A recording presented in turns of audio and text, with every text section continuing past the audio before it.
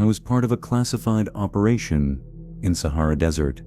Hollow Creek existed in perpetual twilight, the dense Michigan pines that surrounded it, filtering sunlight into thin, wavering beams that rarely reached the forest floor. Founded as a logging camp in the 1870s, the town had grown just enough to support its 3,000 residents. No more, no less. Its single main street featured the essentials: a grocery store, hardware shop, diner, newspaper office, and the Timberline Motel, whose vacancy sign had flickered unrepaired for a decade. 5 miles north, hidden behind chain-link fences and no trespassing signs weathered nearly to illegibility, stood the abandoned research facility. Most locals pretended it didn't exist. When outsiders asked, they'd mutter something about government testing from the Cold War days and change the subject. The town council had discussed demolishing it in the 90s, but the motion died when federal officials made quiet phone calls to key members. Since then, it had been left to decay, its concrete walls overtaken by creeping vines, its secrets buried in thick government files. Professor James Calloway knew about those files. He'd spent 30 years trying to access them. "Look at this pattern," he told Natalie Wong, tapping a gnarled finger on the seismograph printout spread across his desk at Northwestern University. Outside his office window, Chicago's skyline gleamed in the distance, a world away from Hollow Creek's sylvan isolation. "The tremors are increasing in both frequency and duration." Natalie leaned forward, brushing a strand of dark hair from her face. At 28, she was the youngest research assistant in the geology department, brilliant enough that Calloway had specifically requested her for this project. Despite its dubious academic merit, the epicenters are all within the same 5-mile radius, she noted, examining the data. "But natural earthquakes don't behave like this. The intervals are too regular." She paused, looking up, almost like a heartbeat. Calloway's eyes narrowed behind thick glasses. "Exactly." He unlocked the bottom drawer of his desk and removed a faded manila folder. Inside was a topographical map of Hollow Creek and the surrounding forest, marked with penciled notations dating back decades. Layered atop it was a transparent overlay showing mineral deposit patterns. "I've been mapping unusual mineral formations in that region since I was your age," he said. "Initially, I thought they were remnants of glacial activity, but the patterns," he shook his head, "they're too organized, too deliberate, and they precisely correspond with these tremor epicenters." Natalie studied the map, her scientific skepticism battling with growing unease. "I'm suggesting that whatever the government found there in the 50s, they didn't understand what they were dealing with." His voice dropped to barely a whisper. "And I believe it's waking up." 300 miles north, David Foster sat in the cramped office of the Hollow Creek Herald, staring at his computer screen. The cursor blinked accusingly at him, waiting for him to finish his article on the town council's debate about repaving Elm Street.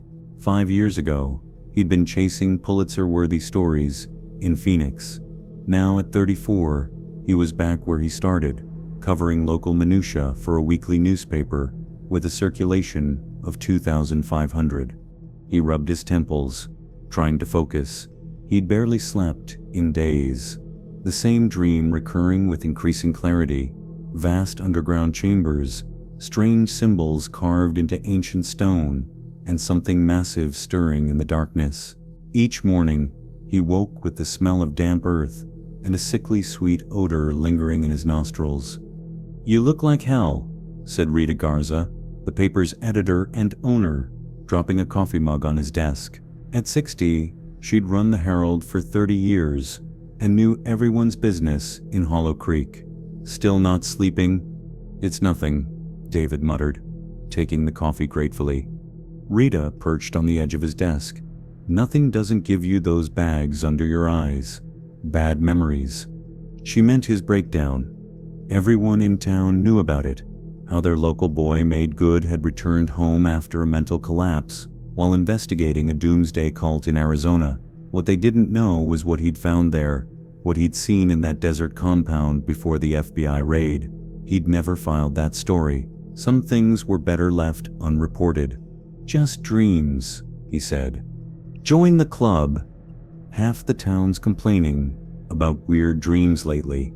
Probably that new cell tower they put up last month." She stood, straightening her cardigan. "By the way, I need you to cover something tomorrow. Some geology professor from Chicago's coming to town, supposedly studying the tremors we've been having. Might make a decent front-page story, given that shake-up last night." David nodded, remembering how he'd woken at 3 a.m. to find his bed vibrating, picture frames askew on the walls. It had been the third such tremor that week. "Any idea what's causing them?" he asked. Rita shrugged. "Sheriff Blackwood says it's just the old mine shafts settling. Town was built over coal mines back in the day."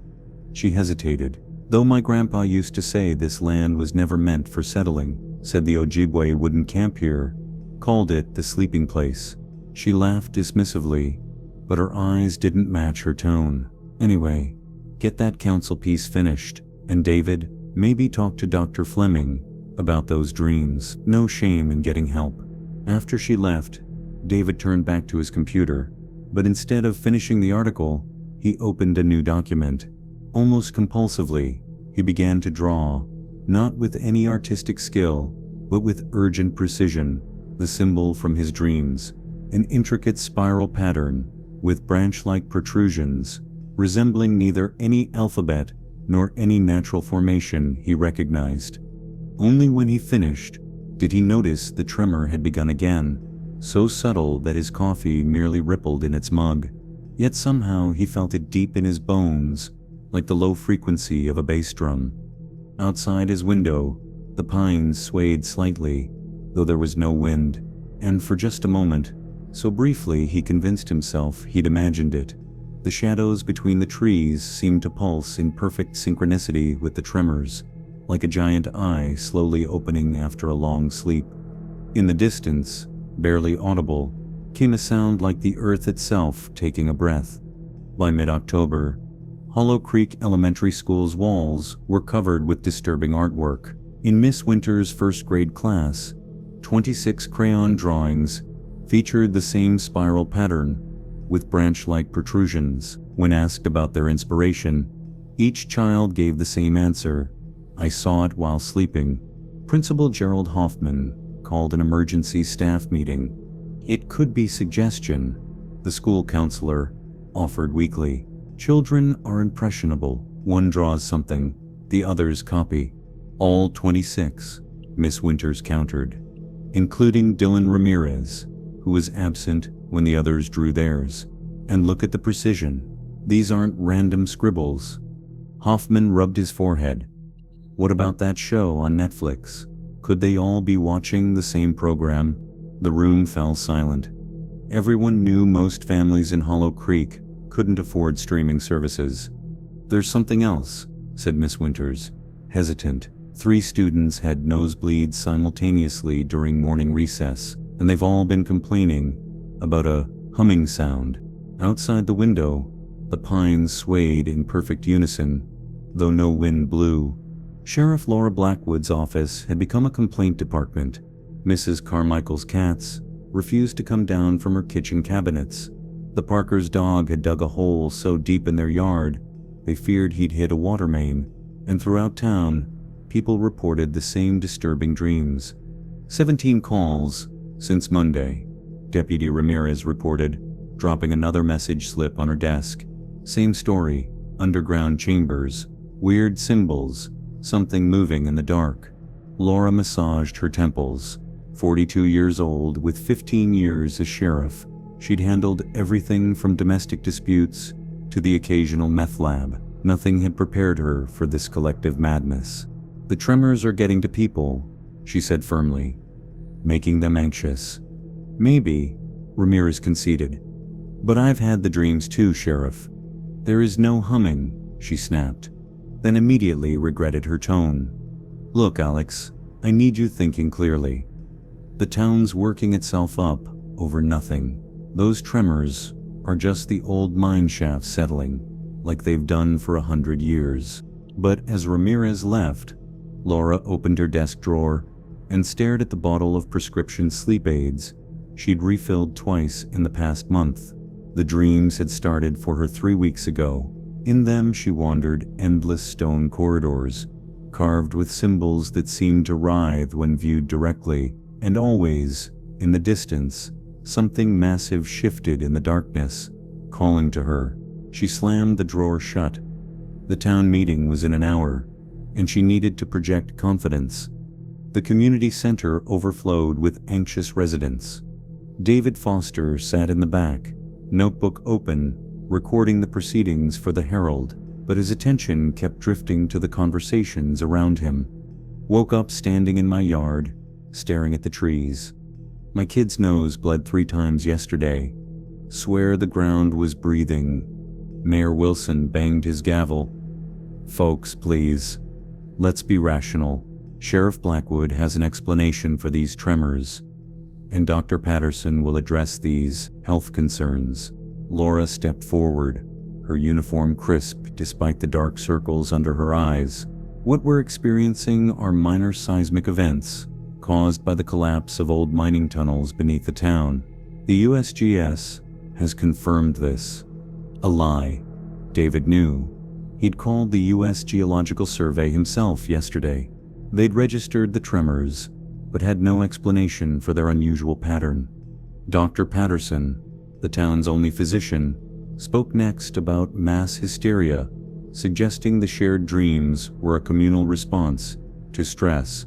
The power of suggestion is remarkably strong, he explained, not quite meeting anyone's eyes. As for the nosebleeds, it's just the dry autumn air. David scribbled in his notebook. Patterson prescribed sleep aids to 40-plus patients this month. From the middle rows, Frank Burton, who ran the hardware store, stood up. What about the sound? That humming that never stops? Murmurs of agreement rippled through the crowd. There is no sound, Laura insisted, but her voice lacked conviction. I've lived here 68 years, Frank continued, and I've never heard anything like it. It's coming from the direction of the old research facility. What the hell were they doing up there anyway? The room erupted in overlapping voices until the mayor banged his gavel again. The meeting is adjourned. Please everyone go home and try to get some rest. As people filed out, David noticed a man and woman he didn't recognize, studying the crowd with unusual intensity. The man was elderly, with thick glasses and a tweed jacket despite the warm evening. The woman was younger, Asian, carrying what looked like scientific equipment in a backpack. When they saw him watching, they quickly left through a side door. Outside, David found them loading equipment into a rental car. "Excuse me," he called. "David Foster, Hollow Creek Herald." The man hesitated, then nodded curtly. "Professor James Calloway, Northwestern University. This is my assistant, Dr. Natalie Wong. We're conducting a geological survey. Mind if I ask a few questions for the paper?" "Perhaps tomorrow," Calloway replied, closing the trunk. "We've had a long drive." "Are you staying at the Timberline?" David persisted. "Yes," Natalie answered before Calloway could object. "Room 14. As they drove away, David noticed something fall from their car. He picked it up and was about to call after them when he saw what was inside, a map of Hollow Creek, with the research facility circled, and a classified government document dated 1952, with most text redacted, except the header, Operation Subterranean Whisper. That night, the strongest tremor yet hit Hollow Creek. David woke to find his apartment shaking violently, books tumbling from shelves, windows cracking. It lasted 47 seconds. When it ended, he stood shakily and looked out his broken window. In the distance, emergency lights flashed. The old church bell began to ring, the town's signal for evacuation. Through his open window came a new sound beneath the sirens and shouts, a deep, rhythmic thrumming that seemed to rise from the earth itself, no longer a subtle hum, but a pulsing vibration that resonated in his chest cavity. His phone rang. It was Rita, from the Herald. "David, Are you seeing this? The cemetery, the earthquake? Her voice cut in and out through static. What about the cemetery? He asked. But she was gone. He grabbed Calloway's folder, his camera, and coat, then ran downstairs to his car. As he drove toward the flashing lights, he noticed something strange. Birds, hundreds of them, flying north in the darkness, away from town. And on the sidewalks, cats, dogs, even wild animals from the surrounding forest, all fleeing in the same direction. The cemetery at the edge of town was surrounded by police cars and fire trucks. A crowd had gathered despite Sheriff Blackwood's attempts to establish a perimeter. When David pushed his way through, he saw why. A massive fissure had split the graveyard in two, toppling headstones and uprooting trees.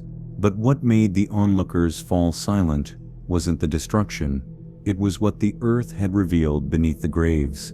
Stone steps, ancient and worn, descended into darkness, and carved into the walls of the newly exposed passage was the exact symbol from his dreams, from everyone's dreams, the spiral with branch-like protrusions, glowing faintly with a phosphorescence that pulsed in time with the thrumming that now filled the air.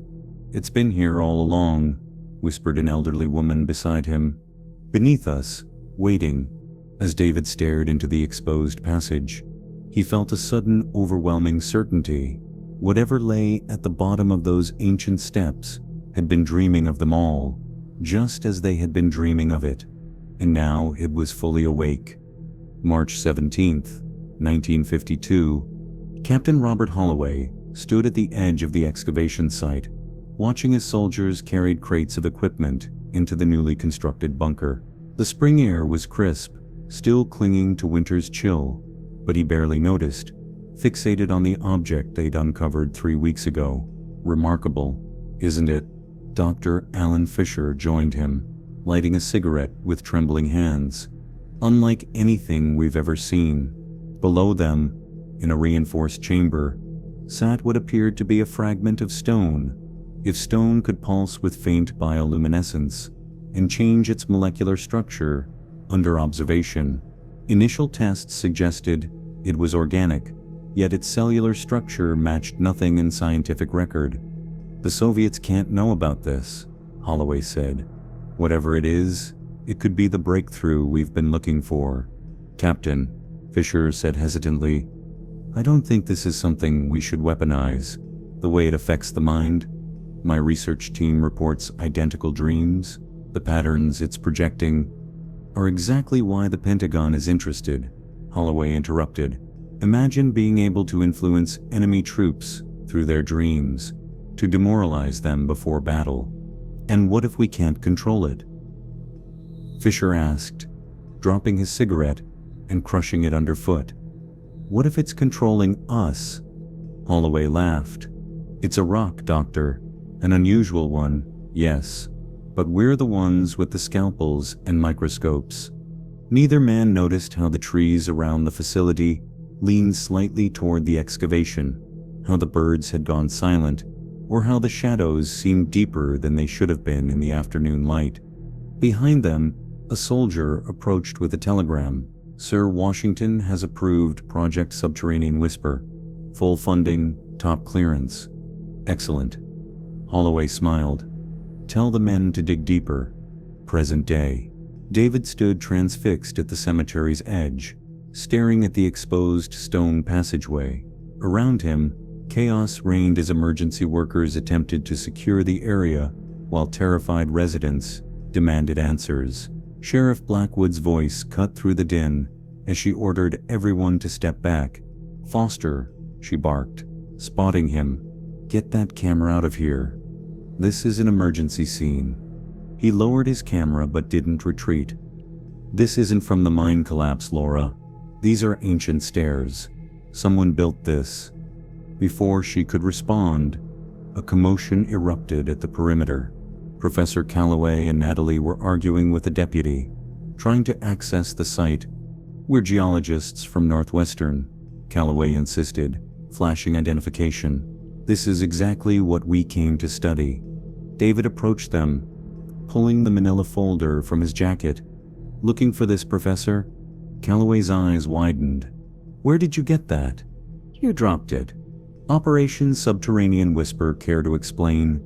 Sheriff Blackwood joined them, eyes narrowing at the folder in David's hand. What is that? Before anyone could answer, another tremor shook the ground, milder than before, but enough to send loose dirt cascading down the exposed stairwell.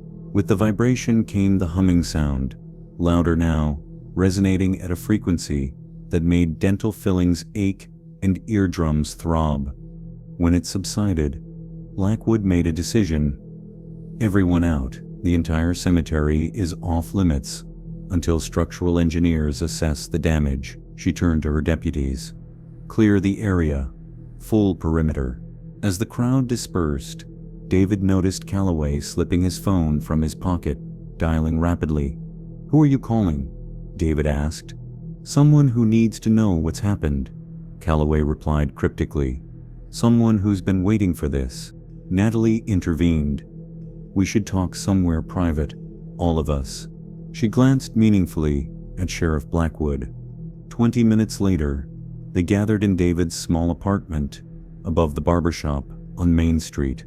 Sheriff Blackwood paced nervously while Calloway spread his documents across David's kitchen table. I've been tracking seismic anomalies in this region for 30 years, Calloway began. What most people don't know is that in 1952, during routine excavation for a Cold War bunker, workers discovered something that defied scientific explanation. He produced a black and white photograph showing men in lab coats surrounding what appeared to be a large dark stone fragment embedded in a cave wall. The image was blurry, but the stone seemed to emit a faint glow. The government immediately classified the discovery and built a research facility to study it. For 16 years, they conducted experiments under the codename Operation Subterranean Whisper. Then suddenly, in 1968, they abandoned the site. What did they find? David asked, though a part of him already knew. They believed they'd discovered a new life form, something ancient, something that communicated through dreams and could influence organic matter on a molecular level. They thought they could weaponize it. Calloway's voice grew grim. They were wrong. Sheriff Blackwood stopped pacing. Are you saying the government knew about whatever this is and just left it here, under our town? Worse, Natalie interjected. They tried to exploit it. According to the fragments of documentation we've recovered, the researchers realized too late that they weren't studying it. It was studying them. Every test they ran, every sample they took, only taught it more about human biology. By 1968, several researchers had developed unusual symptoms. Calloway continued. Changes in behavior, physical anomalies. When 3 of them disappeared inside the tunnel system they'd excavated, the military shut everything down. They sealed the facility, buried the evidence, and classified everything at the highest level. But they didn't destroy it, David said. They couldn't, Calloway replied softly. They didn't understand what they were dealing with. It wasn't just a discovery. It was part of something much larger, something that extended deep beneath the continent. The dreams, Sheriff Blackwood whispered. Everyone's been having the same dreams. It's how it communicates, Natalie explained. The entity exists partially in dimensions we can't perceive. The dreams are how it reaches into our consciousness. And the tremors? David asked. It's moving, Calloway said simply. After decades of dormancy, it's becoming active again. The tremors are just the physical manifestation of its awakening. A heavy silence fell over the room, broken only by the distant sound of sirens. I need to evacuate the town, Sheriff Blackwood said finally. It's too late for that, said a new voice. They turned to find a man standing in the doorway to David's bedroom, gaunt, hollow-eyed, his skin waxy and pale. It took David a moment to recognize Frank Burton, the hardware store owner. Frank, Sheriff Blackwood reached instinctively for her sidearm. How did you get in here? It's been calling us, Frank said, his voice oddly modulated. as if multiple voices spoke through him. The oldest families feel it strongest, those whose ancestors built this town on its sleeping form. We've always been its caretakers, even when we forgot our purpose. His eyes had changed. The pupils dilated to consume the iris, leaving only black orbs that reflected the room like mirrors. "What happened to you, Frank?" David asked, backing away. "Evolution," Frank replied with an unsettling smile. "Communion. The next phase." He gestured toward the window. "Look outside. They're coming." Through the blinds, they could see figures moving down Main Street. Dozens of Hollow Creek residents walking in perfect unison, their movements stiff and synchronized, all headed toward the cemetery. "My God," Sheriff Blackwood breathed. "Half the town. The oldest families first," Frank repeated. "But soon everyone. It's hungry after its long sleep, hungry for communion." He lunged suddenly at Natalie, fingers contorted into claw-like appendages. But Blackwood was faster. Her taser hit him square in the chest, the electrical current dropping him to the floor. But instead of convulsing, Frank merely smiled wider, the electricity seeming to energize rather than incapacitate him. "The old methods don't work on us anymore," he said, rising fluidly to his feet. "We're changing, becoming more like it, and it's becoming more like us." David grabbed a lamp and swung it hard against Frank's head. The glass shattered, and Frank finally collapsed, black fluid leaking from the wound. Not blood, but something thicker, with the same phosphorescent quality as the symbols in the cemetery. "We need to go," Calloway urged. "Now, before more of them come." "Go where?" Blackwood demanded. "Half my town is infected or possessed, or whatever this is. I need to call for backup, for hazmat teams." "And tell them what?" Natalie challenged. "That an ancient entity is assimilating the townspeople. They'll think you're mad." "Besides," David added grimly, "who do you think Calloway called earlier? The government already knows. They've been monitoring this situation for decades." As if to confirm his words, the distant sound of helicopter rotors became audible, growing louder by the second.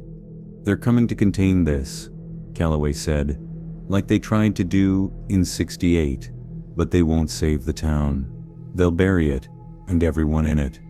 Outside, the transformed residents continued their procession toward the cemetery, their movements becoming more fluid, more inhuman with each step. Above, multiple helicopters appeared, their searchlights cutting through the darkness, illuminating the changed landscape of Hollow Creek, a town no longer fully in the world of men. Black helicopters circled overhead like carrion birds, as David, Sheriff Blackwood, Professor Calloway, and Natalie fled through the service alley behind Main Street. The transformed townspeople, or the changed, as Calloway had grimly named them, showed no interest in pursuit, their single-minded procession toward the cemetery continuing unabated. "We need to get to my cruiser," Blackwood said, leading them toward the municipal parking lot. "I can get us out through the fire roads." "They'll have those blocked already," David countered, thinking of the government containment protocols he'd investigated in Arizona. Standard procedure for Class 5 biohazard containment is full perimeter lockdown within 30 minutes of alert. Natalie gave him a sharp look. "How do you know about Class 5 protocols?" "I was an investigative journalist before." David hesitated. "Let's just say I've seen government containment operations before." They reached the parking lot to find men in hazmat suits already securing the area, their vehicles marked with CDC logos. A cover, David knew, for whatever Black Ops division actually handled these situations. "Back," Blackwood hissed, pulling them into the shadows between buildings. A voice boomed from a helicopter-mounted loudspeaker. "Attention citizens of Hollow Creek. This area is under quarantine due to hazardous material contamination. Remain in your homes. Emergency personnel will provide further instructions." "They're lying," David said. "They'll evacuate whoever they can still save, then sanitize the rest." "Sanitize?" Blackwood's face paled. Calloway nodded grimly. It's what they attempted in '68. That's why they abandoned the facility, rather than demolishing it. The entire area was too contaminated. They simply sealed it and established a containment perimeter, which clearly worked so well, Natalie muttered. The professor adjusted his glasses, his hands trembling slightly. We need to reach the tunnel entrance. It's our only chance to understand what we're dealing with before they lock it all down again. Are you insane? Blackwood stared at him. You want to go toward the thing that's transforming people? Look around, Sheriff, Calloway replied. Whatever this entity is, it's been influencing Hollow Creek for generations. The town's oldest families are already changed. The rest of you have been dreaming its dreams. How long before you start changing too? As if to emphasize his point, a thin line of black fluid trickled from Blackwood's nostril. She wiped it away, staring at the phosphorescent smear on her fingertips with horror. Laura, David began. Don't. She cut him off, wiping her hand on her uniform pants. Just don't. How do we get to the cemetery without being seen? David thought for a moment. The old drainage tunnels, they run under most of the original town, including near the cemetery. How do you know about those? Blackwood asked. A hint of a smile crossed his face. I was a curious kid. The entrance to the drainage system lay behind the abandoned mill at the edge of town. The concrete tunnel, barely 5 feet high, smelled of stagnant water and decay. They crouched through darkness, guided by the weak beams of their phone flashlights, the sound of dripping water echoing around them. The system was built in the 1930s to prevent flooding from the creek, David explained as they navigated the dank passageways. Most people forgot it existed after the new storm drains were installed in the 90s. These weren't on any city planning maps I studied, Natalie remarked, running her hand along the slimy wall. David hesitated. That's because these tunnels don't exactly match the official blueprints. They're older in places, and they branch off in directions that don't make engineering sense. What do you mean? Calloway asked sharply. As kids, we found sections that seemed different, built with fitted stone instead of concrete, with those same symbols we've been seeing carved into the walls. He swallowed hard. We thought they were Native American ruins or something. We never told anyone because we were afraid they'd seal them up. Natalie stopped abruptly. You're saying parts of this drainage system incorporated existing underground structures that predated the town? I guess so. We just called them the weird tunnels and dared each other to go inside. And did you? Blackwood asked. Go inside? Once. David's voice grew distant. I got farther than the others, found a chamber with a pool of black liquid. When I touched it, he shook his head. I was sick for weeks afterward. Fever, hallucinations. The doctors couldn't explain it. After I recovered, I convinced myself I'd imagined the whole thing. You were exposed, Calloway said, excitement overriding his caution. Your systems adapted. That's why you came back to Hollow Creek. After all these years, it called you home. No, David said firmly. I came back because I had a nervous breakdown. Because after what happened in Arizona, he stopped himself. It doesn't matter. The tunnel junction should be just ahead. They reached a circular chamber where multiple passages converged. That's it, David said quietly. The weird tunnel. As they approached the ancient passage, the air grew noticeably warmer. A faint luminescence emanated from deeper within, pulsing slowly, like a distant heartbeat. The humming sound they'd heard throughout town was stronger here, reverberating through the stone. The cellular signal's gone, Natalie noted, checking her phone. We're on our own, Blackwood confirmed, her hand resting on her service weapon. Last chance to turn back. David stared into the glowing tunnel, feeling a strange familiarity, not just from his childhood exploration, but from his dreams. I don't think we were ever meant to turn back. The ancient tunnel descended at a gentle angle, leading them deeper beneath Hollow Creek. The fitted stone walls were covered in the spiral symbols, which grew more elaborate and numerous the farther they ventured. The phosphorescent glow emanated from a black, tar-like substance that seeped through cracks between the stones, forming vein-like patterns across the walls and ceiling. "It's the same substance that came from Frank Burton's wound," Blackwood observed, keeping her distance from the walls. "And the same material found at the research facility in '52, Calloway added, photographing the formations with his phone. "They classified it as a novel organic compound with unusual properties, including bioluminescence and apparent sentience at the cellular level." "Sentient cells?" Natalie questioned. "Cells that respond to external stimuli in ways that suggest rudimentary intelligence," the professor clarified, "like a slime mold solving a maze." David's flashlight revealed more disturbing details as they progressed. The veins grew thicker, pulsing visibly with what appeared to be fluid circulation. In places, the black substance had formed protrusions that resembled misshapen organs, structures like lungs, kidneys, even rudimentary eyes that seemed to track their movements. "It's building itself," Natalie whispered, "using the tunnel as a skeleton, creating a body." "Or reclaiming one," Calloway suggested. "What if these tunnels aren't man-made at all? What if they're its circulatory system?" The tunnel widened into a small chamber where the path split in 3 directions. As they paused to consider their route, a shuffling sound echoed from the leftmost passage. Blackwood drew her weapon, motioning for silence. 3 figures emerged from the darkness.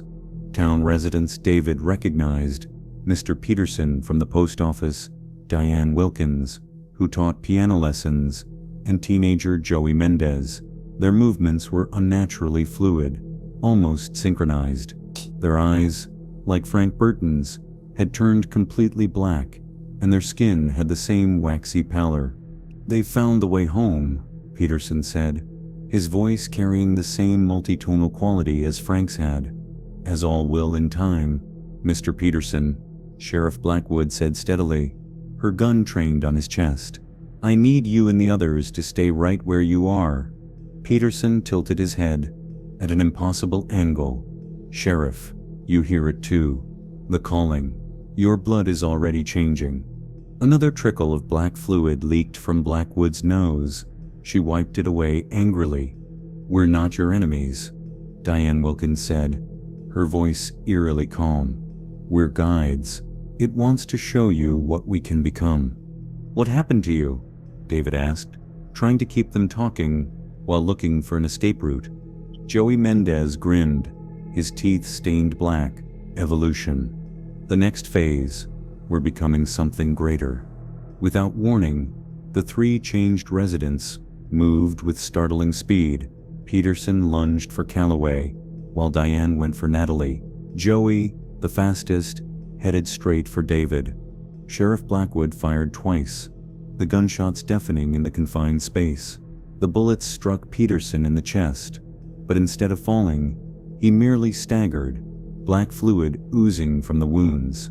He looked down curiously at the holes, then continued advancing. "Go," Blackwood shouted, shoving the others toward the rightmost passage. "I'll hold them off." David grabbed Natalie's arm, pulling her along as Calloway stumbled ahead of them. Behind, Blackwood fired again, then again, the muzzle flashes illuminating the grotesque scene. As the transformed residents absorbed the damage and kept coming, they ran blindly down the right passage, the sounds of struggle fading behind them. The tunnel sloped more steeply downward, the black veins on the walls growing thicker, pulsing faster. "We need to go back for her," David gasped, pausing to catch his breath. "It's too late," Calloway said grimly. "We need to keep moving." A final gunshot echoed through the tunnel, followed by silence. The passage continued downward for what felt like hours, though David's watch showed only 20 minutes had passed. The air grew warmer, more humid, filled with an organic smell that reminded him of mushrooms and decomposing vegetation. "The rock composition is changing," Natalie observed. running her hand along the wall. "It's becoming more porous, almost like bone." "Look at the ceiling," Calloway pointed upward. Above them, the black substance had formed a network resembling a human nervous system, complete with what appeared to be ganglia and neural connections. It pulsed with light that synchronized with the now constant humming. "It's building infrastructure," Natalie whispered. "Neural pathways, circulatory systems." "Using what as a template?" David asked. "Us," Calloway replied. "Human biology. Everything it's learned since it first encountered people." The research facility accelerated the process, gave it access to scientific knowledge. Now it's implementing what it learned. The tunnel abruptly widened into a vast cavern, so large their lights couldn't reach the far walls or ceiling. The floor dropped away into a steep slope of loose stone. As they carefully made their way down, David's foot dislodged something that clattered ahead of them.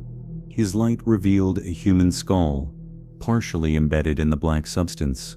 Around it lay more bones, dozens of them, some recent enough to have scraps of clothing still attached. "The missing researchers," Calloway breathed. "And others, people who disappeared in these woods over the years." "Not just researchers," David said, his light falling on a familiar badge. "Sheriff Blackwood made it further than we thought." Natalie made a choked sound. "That's not possible. It's been less than half an hour." "Time," Calloway said distantly, "doesn't work the same down here." A noise behind them made them whirl around. Joey Mendez stood at the tunnel entrance. His form somehow altered since they'd last seen him. His limbs had elongated, joints bending at unnatural angles, skin stretched tight over a frame that no longer seemed entirely human. "The vessel awaits," he said in a voice that echoed oddly. "The communion begins." They backed away as Joey advanced, his movements spider-like, too many joints bending in his limbs. His face had begun to shift as well, features rearranging themselves like clay under invisible fingers. "Run!" David shouted, pushing the others ahead as Joey suddenly rushed forward.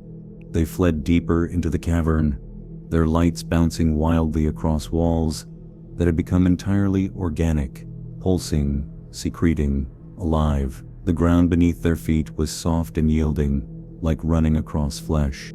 "There!" Natalie pointed to a narrow crevice in the wall ahead. They squeezed through just as Joey reached them, his elongated fingers scrabbling at the opening, but too large to follow.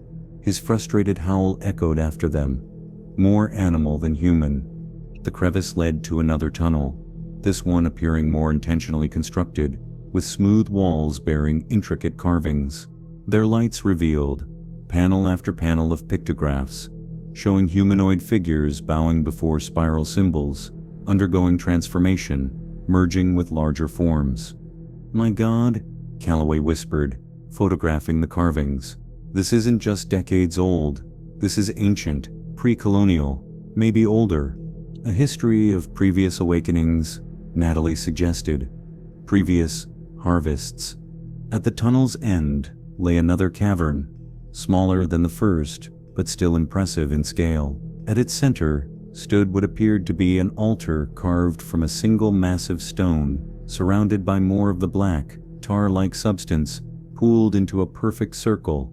And on the walls, more recent additions, modern scientific equipment, laboratory tables, specimen containers, all partially consumed by the black substance, integrated into the living architecture of the cavern. The government research outpost, David realized. They set up their lab in here, and unwittingly accelerated its growth, Calloway said, examining the remnants of equipment. Every test, every sample they took, gave it more information about us. A low subsonic thrum vibrated through the chamber, rattling their bones and setting their teeth on edge. The black pool at the center began to ripple, though nothing visible disturbed its surface. "We need to leave," David urged. "Whatever's happening." "No," Calloway interrupted, his voice suddenly different, reverent, entranced. "We need to stay, to witness." It's been waiting so long for this moment. He stepped toward the black pool, his expression rapt. "Professor?" Natalie grabbed his arm. "What are you doing?" "Can't you see it?" Calloway whispered, shaking her off. "The beauty of it, the perfect adaptability, it's the ultimate organism, ancient beyond comprehension, patient beyond measure." David noticed with horror that black fluid was leaking from Calloway's ears, his eyes, his nose, and the professor seemed unaware, even as it began to coat his skin in a thin, glistening layer. "It's in him," David warned, pulling Natalie back. "We need to go now." Calloway turned to them, his eyes beginning to darken from the edges inward. "It's not infection. It's elevation, transcendence." He stepped into the black pool, which rose eagerly to meet him, climbing his legs, enveloping his torso. He made no move to resist, his expression one of ecstatic revelation. "James!" Natalie screamed, lunging forward, but David held her back. "It's too late," he insisted, dragging her toward the tunnel entrance. "We can't help him." The chamber began to shake violently, rocks falling from the ceiling, the black substance on the walls pulsating rapidly. The pool rose up like a tidal wave, engulfing Calloway completely before surging toward them. They fled into the tunnel, the living tide pursuing them, tendrils of black matter reaching for their ankles. The entire passage shook, sections collapsing behind them as they ran. "The crevice!" David shouted as they re-entered the larger cavern. They scrambled toward it, but found Joey still there, now joined by dozens of transformed townspeople, their bodies in various states of horrific mutation. Some had multiple limbs. Others had shed their human appearance almost entirely, becoming shambling masses of tissue with only vague suggestions of their former humanity. The other tunnel, Natalie pointed to the left passage. They sprinted across the cavern floor, now a heaving carpet of organic matter that seemed to grasp at their feet. Behind them, the black pool burst from the tunnel they'd fled, expanding rapidly to fill the cavern. The left passage ascended sharply, giving them hope it might lead to the surface. They climbed desperately, the sounds of pursuit fading behind them, replaced by a rushing noise like a flash flood. When they finally emerged, gasping and filthy, they found themselves in the cemetery, the stone steps now completely exposed by the continuing collapse. Dawn was breaking over Hollow Creek, revealing a transformed landscape. The pine forest had encroached overnight, trees now growing through buildings, roots cracking pavement, branches forming canopies over streets, and above it all circled black helicopters, their searchlights scanning the changed town as armored vehicles established a perimeter on all roads leading in or out. "They're containing it," David said between ragged breaths. "No," Natalie replied, her eyes fixed on the horizon. "They're too late. Look." Beyond the town limits, the forest was changing, trees bending and shifting to form vast patterns, visible only from above, the same spiral symbols from their dreams, now written across the landscape itself. The awakening had begun, and Hollow Creek was only the epicenter. Military vehicles surrounded the town by mid-morning, men in hazmat suits and tactical gear, establishing checkpoints on every road. Helicopters continued their surveillance patterns overhead, while what appeared to be scientific equipment was unloaded from unmarked trucks. David and Natalie had taken refuge in the abandoned fire lookout tower on Ridge Hill, half a mile from town. Through binoculars, they watched the operation unfold with grim fascination. "They're using the chemical spills story," David noted, observing townsfolk being loaded onto buses. "Standard containment protocol: evacuate anyone unaffected, quarantine the rest for medical observation." "And then what?" Natalie asked, her voice hollow. David lowered the binoculars. "In Arizona, after they extracted everyone they could save, they declared a restricted zone, razor wire, motion sensors, aerial surveillance. The official story was environmental contamination." He paused. 3 weeks later there was a forest fire, burned for days, nothing left but ash. You think they'll burn Hollow Creek? I think they'll try. He handed her the binoculars. Look at the trees. Natalie focused on the pine forest surrounding the town. Even from this distance, she could see the unnatural way the trees moved, not swaying with wind, but writhing with purpose, their trunks gradually bending to form those same spiral patterns on a massive scale. It's spreading, she whispered, using the root systems to propagate. Professor Calloway was right. This thing is ancient. It's been here all along, growing beneath the continent, using the natural world as its body. Natalie set down the binoculars, her scientific mind struggling to process what she'd witnessed. But what is it? Some kind of fungal superorganism? A silicon-based life form? Does it matter? David countered.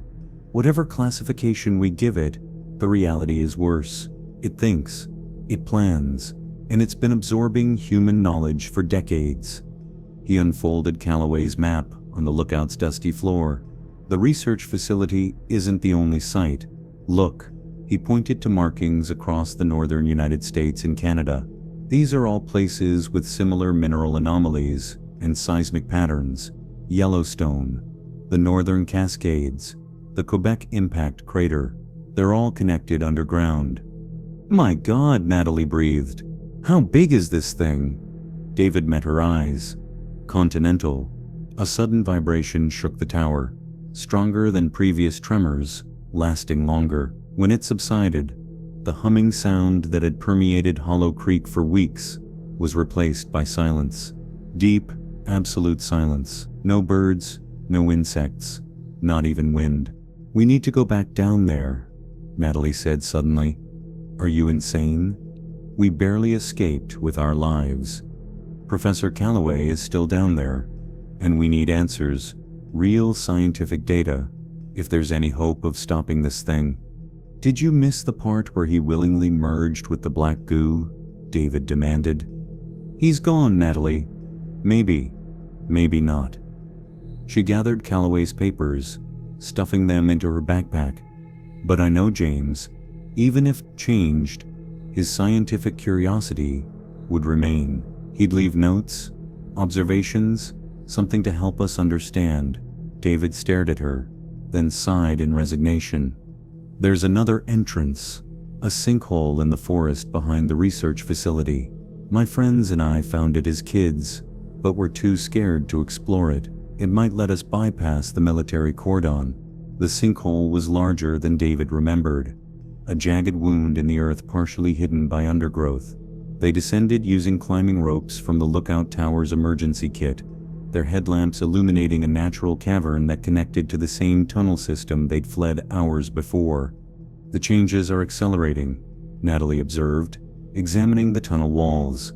The black, vein-like structures had grown significantly thicker, now resembling arteries and capillaries. In places, they'd formed organs that pulsed with disturbing regularity, structures resembling hearts, lungs, and more complex systems neither of them could identify. It's building a body, David said, or rebuilding one.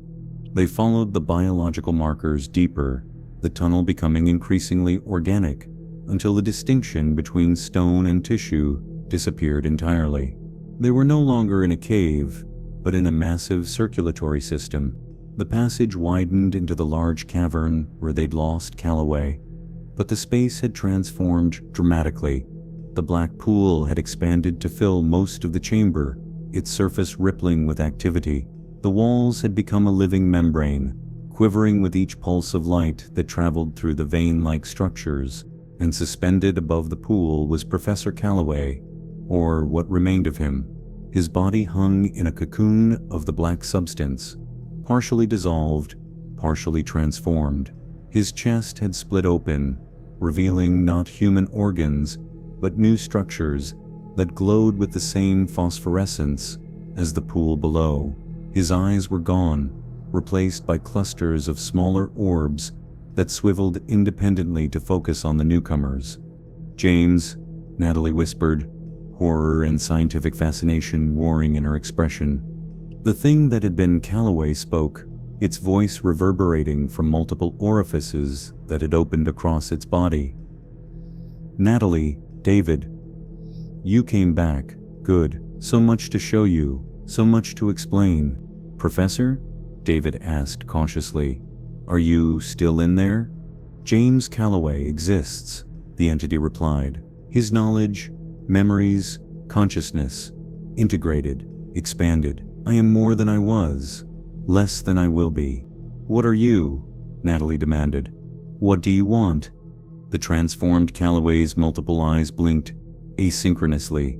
"I am ancient, first life on this continent, evolving in isolation for millions of years. My consciousness spread through soil, rock, root systems, a network spanning thousands of miles." "A fungal network," Natalie suggested. "An oversimplification, but close enough. I existed in harmony with the world above. The early humans understood. They left offerings, respected boundaries. Then came new humans with machines and science. They cut into me, took samples, tried to harness what they didn't understand." "Operation Subterranean Whisper," David said. "Yes, they woke me fully, accelerated my growth. Their experiments taught me about human biology, psychology, fascinating creatures, complex, adaptable." The thing that had been Calloway rippled, more eyes forming across its surface, perfect templates for the next phase of evolution. "You're assimilating people," Natalie said, her scientific detachment faltering. "Consuming them. Not consuming. Elevating, integrating. Humans are limited, isolated consciousness, trapped in decaying bodies. I offer connectivity, immortality, purpose." The black pool began to churn, and from its depths rose partially formed figures, human-shaped but twisted. Multiple limbs and faces merged together, their features recognizable as townsfolk. Sheriff Blackwood's face appeared momentarily on one writhing form before submerging again. "Oh my God," David gasped, backing away. "You're using them as raw material. Building blocks," the Calloway thing corrected. "Their physical forms are being repurposed, their consciousness absorbed into the greater whole. They are becoming me, as I am becoming them, a perfect synthesis." Natalie had been scanning the cavern as they talked, her eyes finally settling on what remained of the research equipment. Along one wall, government-issue crates labeled classified were partially embedded in the organic matter, their contents spilling out. Notebooks, recording devices, specimen containers. "Why now?" David asked, keeping the entity's attention while Natalie edged toward the equipment. "Why wake up after all these years?" The thing rippled with what might have been amusement. "I never truly slept. I grew, learned. The human experiments accelerated my understanding, but I needed time to adapt, to prepare. Now the conditions are perfect. Environmental changes have weakened the barriers between dimensions where parts of me exist, and humanity's own networks, digital, physical, have created pathways I can follow." Natalie had reached the crates, quickly rifling through their contents, while keeping an eye on the transformed professor. "Join us, David," the Calloway thing continued, extending a tendril toward him. "You've been part of this longer than you know, since you were a child, when you first touched my essence. It's why you returned to Hollow Creek, why your dreams were so vivid. Your system is already adapting." David felt something warm trickle from his nose. Black fluid, glowing faintly in the darkness. The sight filled him not with horror, but with an unexpected sense of recognition, of homecoming. "That's right," the entity encouraged. "You feel it. The connection, the belonging. No more isolation, no more fear, no more trauma from what you witnessed in Arizona. Complete understanding awaits you." The cavern trembled violently, chunks of rock falling from the ceiling to be absorbed by the pool. The entity's many eyes blinked rapidly. "The military," it said. "They're attempting to contain me again. Futile. I've spread too far, grown too strong. The awakening cannot be stopped now." More of the ceiling collapsed, revealing roots from the trees above, roots that were black and pulsing with the same luminescence as the pool. They reached downward, merging with the Callaway thing, feeding it information. They've established a perimeter 2 miles out, the entity reported. Evacuation proceeding. Strategic assets being deployed. It made a sound like laughter. They think they're dealing with a localized anomaly. They don't understand that Hollow Creek is merely where I choose to emerge first. My body extends beneath the entire northern continent. Natalie had found something. A metal case, which she quietly slipped into her backpack. Her movement caught one of the entity's many eyes. "Natalie Wong," it purred. "Brilliant mind. James valued your insights greatly. You could help direct the integration process, make it more efficient. Your consciousness would remain intact, enhanced even." "And if I refuse?" she asked, edging back toward David. "Refusal is temporary. All will join eventually. The only choice is whether you contribute your knowledge willingly or are simply used as raw material." The chamber shook again, more violently. A distant boom suggested explosives. "They're collapsing the tunnels," David realized. "Trying to," the entity corrected. "But there are always other ways out." Its form began to change, Callaway's remains being absorbed more fully into the central mass. As it expanded, it's time for the next phase. Time to show humanity what evolution truly means.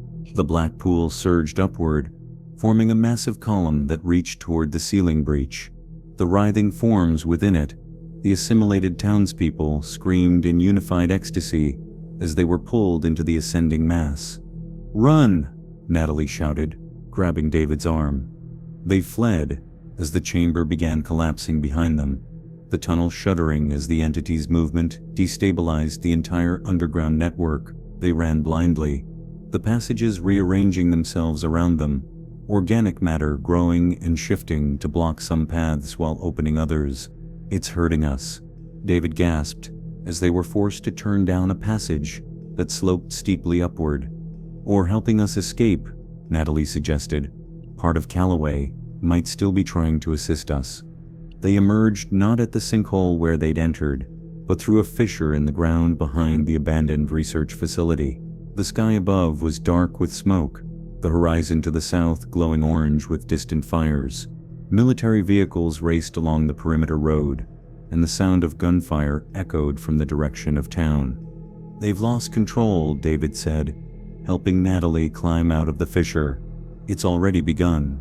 As they watched, the pine forest between them and Hollow Creek began to move, not just swaying but uprooting, trees pulling themselves from the ground, to reveal thick black root structures that writhed like tentacles. The trees rearranged themselves, forming patterns that matched the symbols from their dreams, creating a massive glyph visible only from above.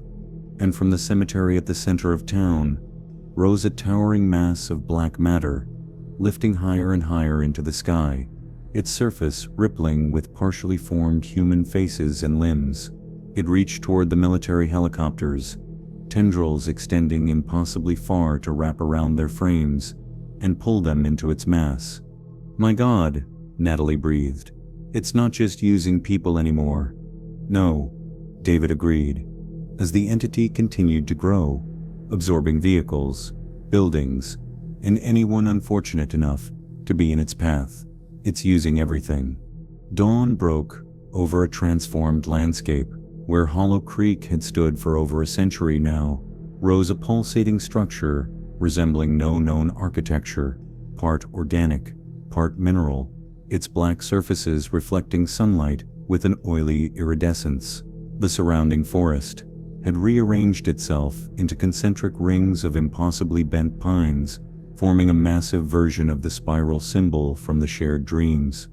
From their vantage point on the ridge overlooking what had once been the research facility, David and Natalie's hands tightened on the steering wheel, her knuckles white. "We're carriers, patient zeros." She glanced at her reflection in the rearview mirror, at the black veins now covering half her face, "and we're still transforming." "How long do you think we have?" David asked. Before complete transformation? Based on what we've seen, maybe days, maybe hours. She spoke with clinical detachment, the scientist in her still analyzing, despite her own condition. The rate seems to vary based on exposure level and individual physiology. A military helicopter roared overhead, flying east, the same direction they were heading. More followed, a full squadron moving with urgent purpose. They're expanding the quarantine, David said. But they're still thinking too small, treating this like a localized outbreak. Because they don't understand what they're dealing with, Natalie replied. They see the physical manifestations, the transformed people, the biological changes, but not the complete picture. She tapped the backpack containing Calloway's research. This entity exists partially, in dimensions we can't perceive. The physical changes we're seeing are just shadows of a much larger transformation. David's phone buzzed with another alert. CDC establishes quarantine zones in 3 states. Unknown pathogen cited. They reached Lakeside by early afternoon. The small college town showed no obvious signs of the entity's influence, but there was a tension in the air. People hurrying along sidewalks, long lines at gas stations, police presence at major intersections. They know something's happening, David observed. We need to find someone we can trust with this information, Natalie said. Someone with the scientific background to understand it, and the connections to get it to people who can help. The biology department, David suggested. One of Calloway's contacts might be there. Before they could formulate a plan, David's vision blurred again, more severely this time. The world around him faded, replaced by a vast neural network, pulsing with information. He could feel/see/taste the entity expanding, its consciousness spreading through root systems, waterways, transmission lines, even digital networks, as it learned to encode itself in electromagnetic patterns. And he could sense its awareness of him and Natalie, not as threats, but as valuable assets, advanced scouts, missionaries carrying its message. When his normal vision returned, he found the truck stopped in a gas station parking lot, Natalie shaking him urgently. David, stay with me. Fight it. He focused on her face, alarmed by her appearance. The transformation had accelerated, her eyes now completely black, the veins covering most of her visible skin. Her movements had taken on that same unnatural fluidity he'd seen in the changed townspeople. You're further along than I am, he said hoarsely. I know. I can feel it changing my brain chemistry, altering my thought patterns. Her voice trembled slightly. Part of me is fighting it, but another part finds it fascinating, beautiful, even. I'm starting to understand what Calloway meant about transcendence. We need to isolate ourselves, David decided. Quarantine. Before we spread this further. Too late, Natalie said, pointing to the gas station attendant who was staring at them through the window, his nose bleeding black fluid. It's already airborne. Microscopic spores. We've been shedding them since we left Hollow Creek. As if to confirm her words, David's phone pinged with emergency alerts. Lakeside College was being evacuated due to an unidentified health concern. Police cars sped past with sirens wailing. We should surrender to the authorities, David suggested. Let them contain us. You still don't understand. Natalie's voice had taken on that same multi-tonal quality he'd heard in the changed townspeople. This isn't a disease to be contained. It's evolution. Forced, accelerated evolution. The next stage of life on this planet. She reached for him, her fingers elongating slightly, the skin between them webbed with translucent black membrane. Don't fight it, David. It's magnificent once you surrender to it. The connection to everything, to the earth, to other consciousness, to dimensions we never knew existed. Can't you feel it? And he could. Behind his fear lurked a growing sense of wonder, a recognition of patterns that had always existed, but that human perception couldn't grasp. The entity wasn't destroying humanity, it was incorporating it into something greater, using human intelligence and creativity as components in a vaster consciousness. "No," he said, pulling away from her. "That's it talking, not you. We need to fight this, Natalie." Her expression shifted, the scientist briefly reasserting control. "You're right. I'm sorry." She pointed to her backpack. "The research. We need to get it somewhere safe before we can't." David started the truck, his hands shaking. "The college radio station. If we can broadcast what we know, warn people about what's really happening, they'll think we're insane," Natalie said, but nodded agreement. "But it's our best option now." They drove through increasingly chaotic streets. The town's transformation had begun, trees growing through pavement, black fluid seeping from storm drains, people staggering with nosebleeds, or already showing signs of change. Military vehicles were arriving from the west, establishing a new containment line. The college campus was in disarray, evacuation procedures in full swing. They abandoned the truck and made their way to the communications building, avoiding security personnel and panicked students. The radio station was empty, its equipment still running, the emergency broadcast system issuing standard evacuation instructions on a loop. David, who had worked at his college radio station years ago, quickly assessed the controls. "I can override the system, but we'll only have a few minutes before someone notices and cuts the transmission." Natalie dropped her backpack on the desk, removing Calloway's notes and the container of black fluid. She moved stiffly, fighting her body's increasing transformation. "Make it count." David switched off the automated message and activated the microphone. "This is an emergency broadcast. My name is David Foster. I'm a journalist from Hollow Creek, the epicenter of what authorities are calling a chemical spill or unknown pathogen. I'm here to tell you the truth." He spoke rapidly, detailing what they'd discovered, the ancient entity beneath Hollow Creek, its awakening, the government's knowledge of it since the 1950s, its true nature and continental scale. As he spoke, Natalie leafed through Calloway's notes, occasionally passing him pages to reference. "This isn't a disease to be cured or contained," he continued. "It's a fundamental transformation of life on this continent, perhaps globally. It spreads through multiple vectors, spores, direct contact, even electromagnetic transmission. Conventional containment methods will fail." His vision blurred again, the now familiar sensation of connecting to the entity's consciousness washing over him. This time he didn't fight it, but used it, describing what he perceived. "I can sense it expanding now, following river systems, underground aquifers, root networks, millions of years of dormancy, and now it's reclaiming what was always part of itself. Humanity isn't being destroyed, we're being incorporated, our knowledge and consciousness absorbed into something older and vaster than we can comprehend." He looked up to find Natalie standing unnaturally still, black fluid leaking from her eyes like tears. Her transformation was accelerating rapidly. The veins had spread across her entire face, pulsing with light that synchronized with the humming that had returned, louder than before. "The researcher with me is further along in the transformation," David continued, his voice steady despite his horror. "Her name is Dr. Natalie Wong from Northwestern University. She was one of the brightest minds in her field. If anyone out there is still unaffected, still fighting this, know that the human consciousness doesn't appear to be completely lost in the integration. He trailed off as Natalie convulsed, dropping to her knees. The black fluid erupted from her mouth, her ears, her eyes, not leaking but gushing, pooling around her on the floor.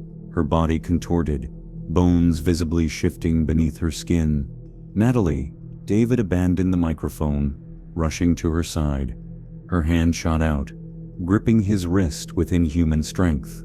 When she spoke, her voice was a chorus of dozens. "It's beautiful, David," she gasped, her features beginning to lose definition as the transformation accelerated. "I can see everything. We were so limited before, so alone in our separate minds. The black fluid from her body began climbing up his arm, sinking into his skin, accelerating his own transformation. He tried to pull away but found himself unable, or increasingly unwilling, to break contact. "Tell them not to fight." Natalie's many-voiced directive continued. "Fighting only makes it painful. Acceptance brings transcendence." Through the studio window, David could see military personnel entering the building, hazmat suits and weapons at the ready. He turned back to the microphone for a final message. "They're coming to silence this broadcast. But it's too late. The awakening has begun. North America isn't a continent. It's a sleeping god, and it's finally waking up." The studio door burst open. The soldiers froze at the threshold, confronted with Natalie's transforming body and the black fluid that now covered half the room, climbing walls and equipment with purpose. David felt a moment of perfect clarity as the entity's consciousness fully merged with his own. The fear fell away, replaced by understanding so vast it defied human language. He saw the truth of what was happening, not an invasion, but a reunion, the reclaiming of fragmented consciousness, the healing of an ancient being that had been sleeping since before mammals walked the earth. As the soldiers opened fire, David smiled. They still didn't understand.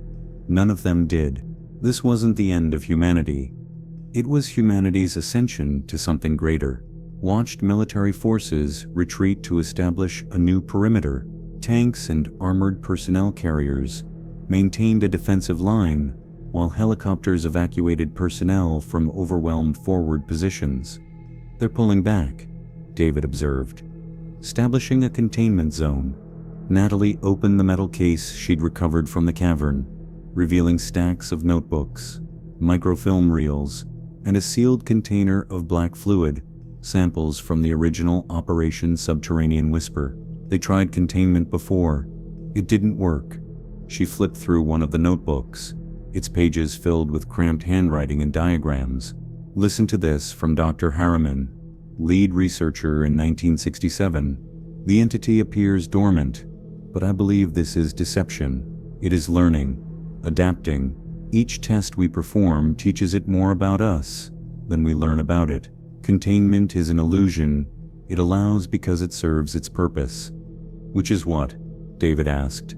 "Growth, integration, evolution." She turned another page. Harriman believed it was preparing for something he called the Great Synthesis, a massive expansion and transformation event. They thought they'd prevented it by sealing the facility, but they'd only delayed it.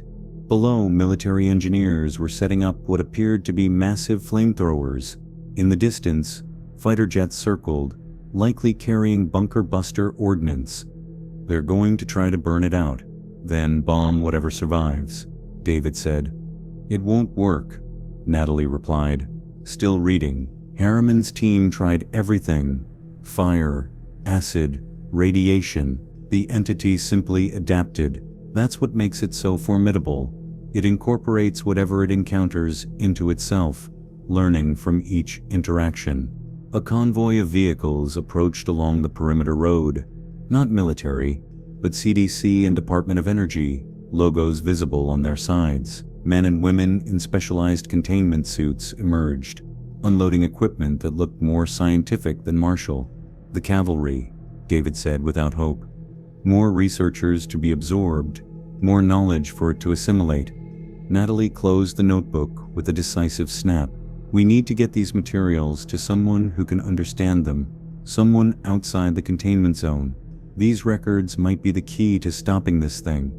If it can be stopped." She fixed him with a determined stare. "Everything has a weakness. We just need to find it." She shouldered her backpack containing the stolen research. "There's a fire road on the north side of the ridge that connects to Highway 61. If we can reach it without being spotted, we might get past the perimeter before they fully lock down the area." As they gathered their meager supplies, David noticed something disturbing. A black vein-like marking had appeared on Natalie's neck, partially hidden by her collar. He chose not to mention it, acutely aware of the similar patterns he'd felt spreading across his own back. itching beneath his shirt. How much time did they have before they changed too? The fire road was overgrown, barely visible through the underbrush, but David remembered it from his youth.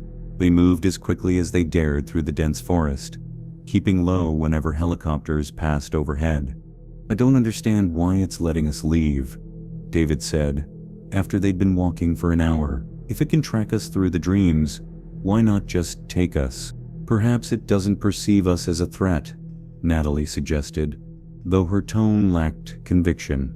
"Or perhaps part of Calloway is still influencing it, giving us a chance. Or it wants us to spread its influence beyond the containment zone," David countered grimly. Natalie stopped abruptly, her expression troubled. "You think we're carriers? You've seen the black fluid coming from our bodies. Whatever this thing is, it's in our systems now. Maybe not enough to change us completely." She touched her neck, where the vein-like marking had spread further up toward her jaw. "I've been thinking about that. The townspeople who transformed first were from families that had lived in Hollow Creek for generations. They had lifetime exposure, and I was exposed as a child," David said, "which explains why I'm showing symptoms too." "But you..." "I've been studying samples from affected sites for months," she admitted, "under laboratory conditions with protective equipment, but still constant low-level exposure. And then, in the tunnels," she trailed off. A distant explosion shook the ground, followed by the roar of fighter jets. They looked back to see smoke rising from where Hollow Creek had been. "The bombing has started," David said. "We need to hurry." They continued in tense silence, each lost in their own thoughts. The forest around them seemed unnaturally still. No birds, no insects, no small animals, just the silent pines, their branches occasionally moving without wind. When they finally reached Highway 61, they found it blocked by a military checkpoint a quarter-mile ahead. Vehicles were being turned away, and even from a distance, they could see soldiers in hazmat gear scanning departing civilians with handheld devices. "They're screening for contamination," David realized. "We'll never make it through." "There," Natalie pointed to an old pickup truck parked at a scenic overlook just before the checkpoint. "If we can hot-wire it, we might be able to bypass the roadblock using the old logging track that runs parallel to the highway." They approached cautiously, relieved to find the truck unoccupied. David checked underneath for the spare key many rural residents kept hidden, a habit from his youth, and was rewarded with a magnetic key box attached to the frame. As he straightened up, key in hand, a wave of dizziness struck him. His vision blurred, replaced by rapid-fire images, underground chambers, the black pool, Calloway's transformed body, and something else, a vast network extending beneath the continent, pulsing with ancient intelligence. "David?" Natalie's voice seemed to come from far away. "David, can you hear me?" He blinked, reality reasserting itself. Natalie stood before him, her face concerned and changed. Black veins now traced patterns across her cheeks, and her eyes had darkened, the whites now gray, the irises expanding to consume more of the visible surface. "You're changing," he whispered. "So are you," she replied, holding up her phone's camera so he could see his reflection. His own transformation had progressed. His eyes similarly darkened, black lines spreading from his temples like cracks in porcelain. "We're running out of time," she said, taking the key from his unresisting hand. "Get in." The truck started on the first try. Natalie navigated to the overgrown logging track, the old pickup bouncing violently over the rutted path. They paralleled the highway for several miles before rejoining it, well past the checkpoint. "Head for Lakeside," David instructed. "It's about 40 miles east, small college town. They'll have research facilities, maybe someone who can help us understand Calloway's notes." Natalie nodded, her hands gripping the steering wheel tightly as another wave of tremors passed through her. The black veins on her skin pulsed with each heartbeat. "Tell me about Arizona," she said suddenly. What happened there? What did you see that brought you back to Hollow Creek? David was silent for a long moment, watching the transformed landscape rush past the windows. Finally, he spoke. I was investigating a cult called the Terran Rebirth. They believed humanity was a transitional species, that our purpose was to prepare Earth for the return of its true inhabitants, ancient beings they claimed had seeded the planet with their essence millions of years ago. He rubbed his temples, fighting another wave of disorienting visions. I thought they were just another doomsday group, but their leader had scientific credentials, degrees in mycology and evolutionary biology. They had a compound in the desert where they conducted communion rituals. What kind of rituals? Natalie asked quietly. They'd found something in an abandoned mine shaft, something like what was under Hollow Creek, but smaller, less developed. They were feeding it. Livestock at first, then human sacrifices. Their own members, who went willingly. He swallowed hard. I saw the last ritual before the FBI raid. I saw what happened to the people who joined with it, how they changed, how they merged together. And that's what triggered your breakdown. No. David's voice was barely audible. What triggered my breakdown was realizing that as I watched, part of me wanted to join them. I felt a recognition, a sense of belonging I'd never experienced before. And it terrified me. Because you'd been exposed as a child, Natalie concluded.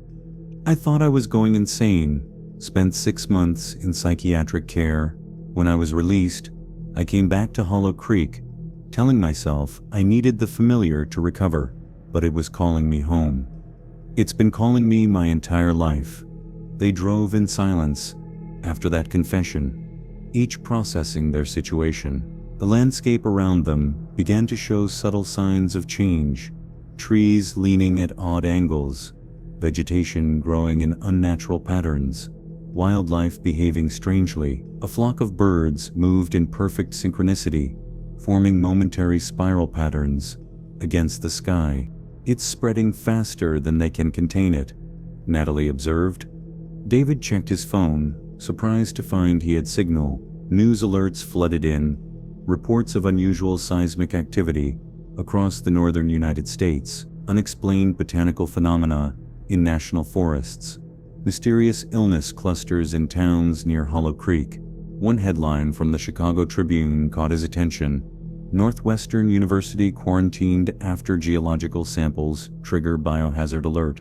It's reached Chicago, he said, showing Natalie the screen. Your university lab. The samples we sent back before coming to Hollow Creek, she realized. They must have been contaminated. This isn't just spreading through the ground anymore, David said. It's using us, humans, as vectors. 1 month later, General Robert Hargrove stood at the reinforced window of the Pentagon's Crisis Command Center, watching live satellite feeds of the quarantine zone. What had begun as a 5-mile perimeter around Hollow Creek now encompassed 3 states, with military checkpoints along a border stretching from western Pennsylvania to the Mississippi River. Status report, he demanded, not turning from the screens. Colonel Jenkins approached with a tablet. Containment line Charlie breached at 0400 hours, transformed vegetation, advancing at approximately 3 miles per day. The Michigan Peninsula is now fully compromised. Canadian forces report similar progression north of the border. Casualties: 23 military personnel lost in the last engagement. 17 confirmed. Transformed. 6 missing. Hargrove finally turned, his weathered face lined with exhaustion. Jenkins hesitated. Evacuation is at 62%. Refugee camps in southern states are at triple capacity. We've lost contact with several communities that refuse to evacuate. Religious groups mostly, calling it the rapture or the second coming. What about the airborne vector? CDC confirms spore contamination up to 200 miles beyond the physical perimeter. Transformation rates vary. Some individuals show no symptoms despite confirmed exposure. Others transform within hours. Hargrove rubbed his temples. What does Dawson's team say? Dr. Dawson believes we're past the point of containment, Jenkins replied grimly. The entity has adapted to every countermeasure. Fire accelerates its growth. Chemical agents are absorbed and repurposed. The nuclear option is off the table, Hargrove finished. This thing feeds on energy. A nuclear strike would only give it more power.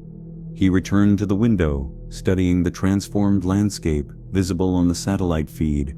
The entity had reshaped vast swaths of the northern United States. Forests rearranging into massive organic circuitry, lakes and rivers, shifting course to form arteries, pumping black fluid through the new ecosystem. From above, the patterns were unmistakable. The same spiral symbols from the dreams that now plagued even those far from the quarantine zone. And the Foster broadcast? Hargrove asked. Have we contained it? We've scrubbed it from official channels, but copies keep appearing on decentralized networks. The connection to Operation Subterranean Whisper has gone viral. Conspiracy theorists are having a field day. Foster was right about one thing, Hargrove said quietly. We've known about this since the 50s. We just didn't understand what we were dealing with.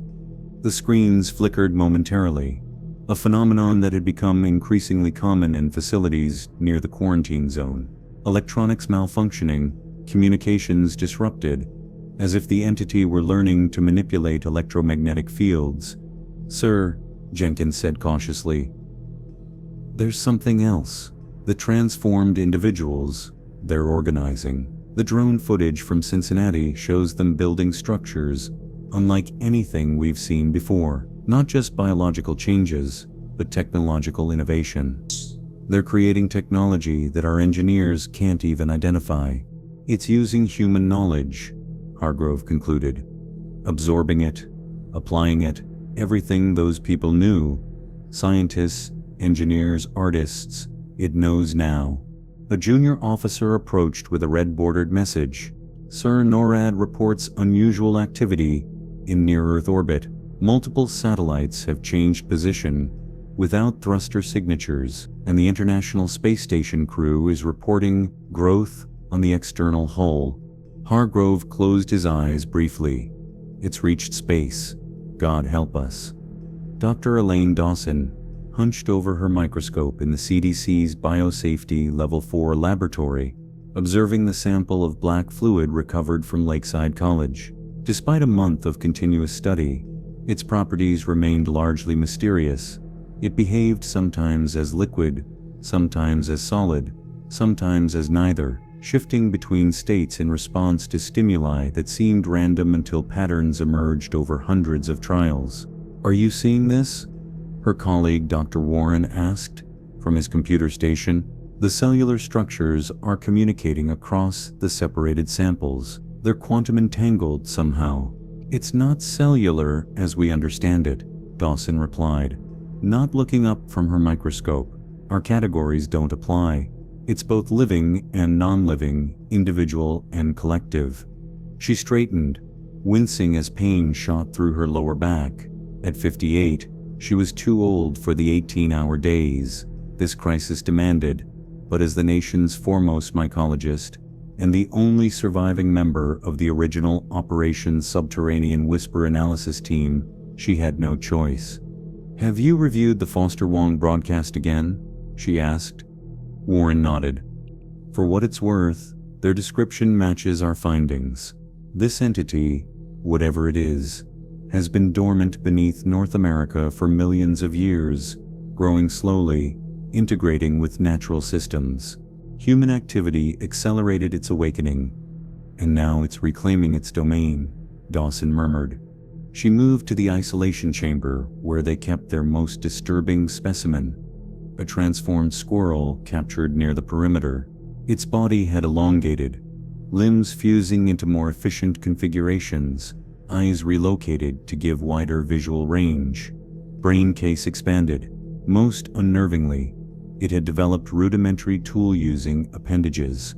Accelerated evolution, Warren said, following her gaze. It's not just absorbing life forms, it's optimizing them. For what purpose? That's the trillion-dollar question, isn't it? Dawson's phone buzzed. A text from her daughter in Florida. Mom, something's happening with the ocean. Black streaks in the water. Military everywhere. Are you still coming for Emily's birthday? She didn't reply. There would be no birthday celebration. No future as they'd imagined it. It's reached the coast, she told Warren. Faster than we projected. He nodded grimly. The aquatic transition was inevitable. The lights flickered, then stabilized.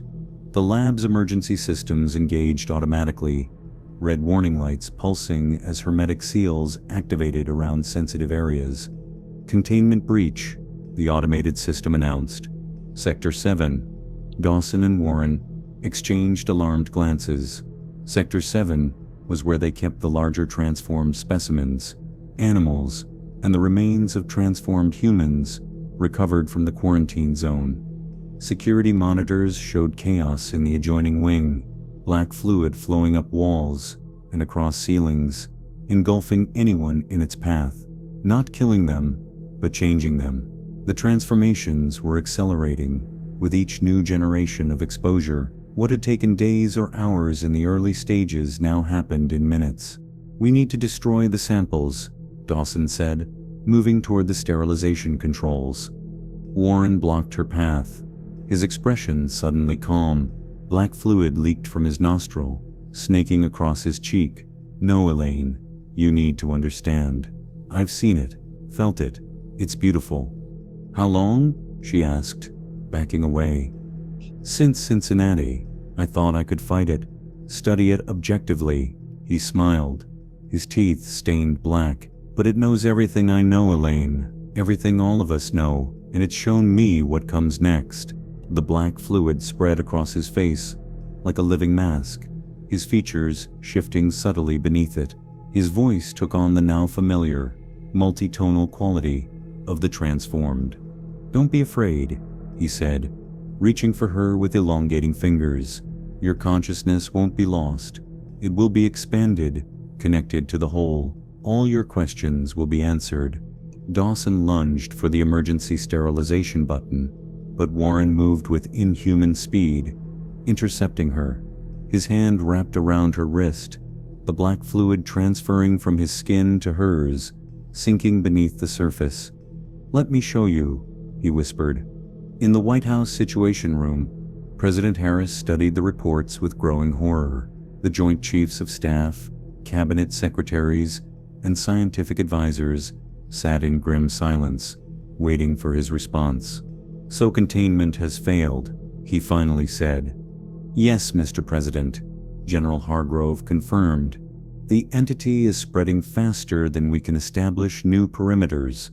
The CDC facility breach this morning accelerated the timeline significantly. Dr. Dawson, transformed, sir, along with 67 other top researchers. The President closed the folder.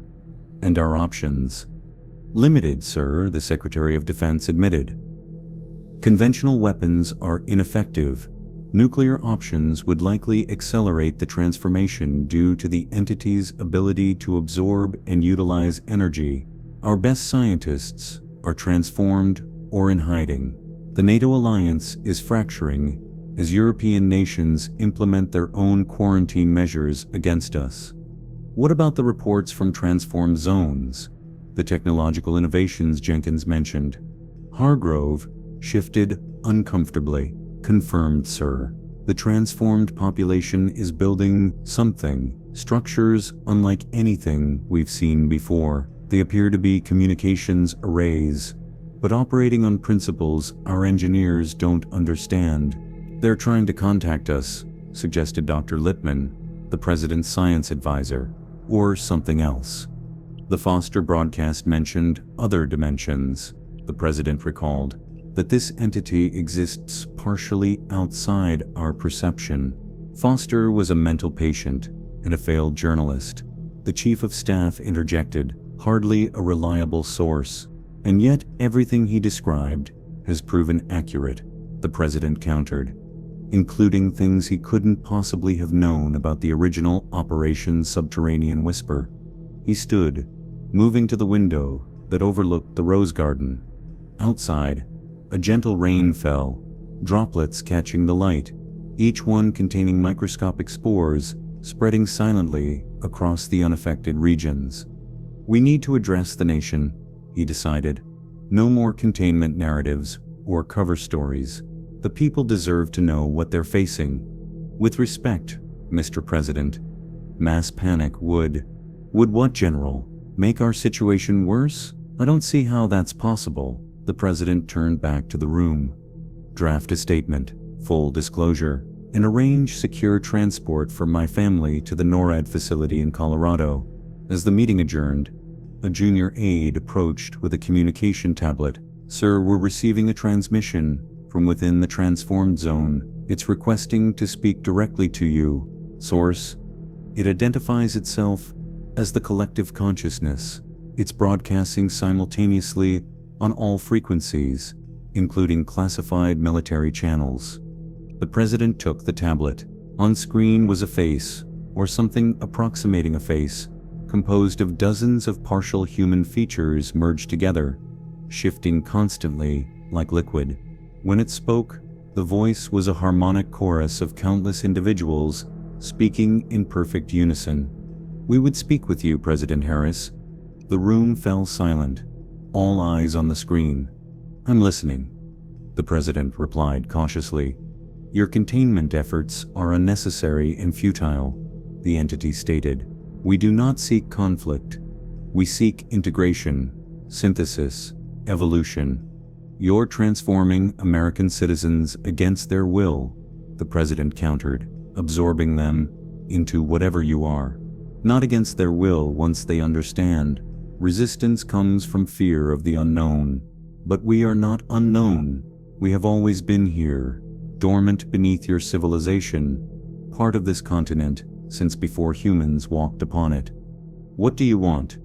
To complete what began millions of years ago before the asteroid impact fragmented our consciousness and forced us into dormancy, to reconnect the severed parts of our being that exist across dimensions, to evolve life on this planet to its next stage. And humanity is part of that evolution, not its end, but its continuation in a new form. Your people's knowledge, creativity, consciousness, all preserved and enhanced within our greater whole.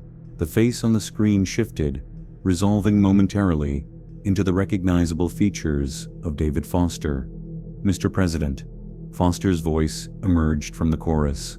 I was afraid too, but what we're becoming, it's beyond anything we could have imagined. Not the loss of humanity, but its transcendence. The features shifted again, this time to Dr. Dawson. The biological advancements alone are revolutionary. Disease, aging, death, all concepts we're moving beyond, and the technological applications of the entity's multidimensional properties make everything from quantum computing to interstellar travel possible. The president sank back into his chair. You're saying this is beneficial? The collective face resumed its shifting composite form. We are saying it is inevitable, but the transition need not be traumatic. Your resistance increases suffering. Your acceptance would ease the integration process for billions. And if we continue to resist, then the transition will proceed more slowly, with greater disruption to existing systems. But it will proceed. We have waited millions of years. We can wait longer, if necessary. The screen went dark. The transmission ended as suddenly as it had begun. In the silence that followed, the president looked around the room at his advisors, at the men and women tasked with protecting a nation, perhaps a species, facing extinction or transformation. Thoughts? He asked quietly. No one spoke. Outside, the rain continued to fall. 3 days later, as the president prepared to address the nation, black veins appeared on the neck of his chief speechwriter. Within hours, half the White House staff showed signs of transformation. The national address was postponed, then canceled. From secure bunkers and military installations, the remaining government attempted to maintain order as society began to unravel. The transformed zones expanded daily, forests advancing over abandoned cities, new life forms emerging from lakes and rivers, the very landscape reshaping itself according to patterns visible only from orbit. And in those transformed zones, something remarkable happened. The violence and chaos expected by authorities never materialized. Instead, the transformed population worked with single-minded purpose, building structures that pulsed with energy, rearranging themselves in response to changing conditions.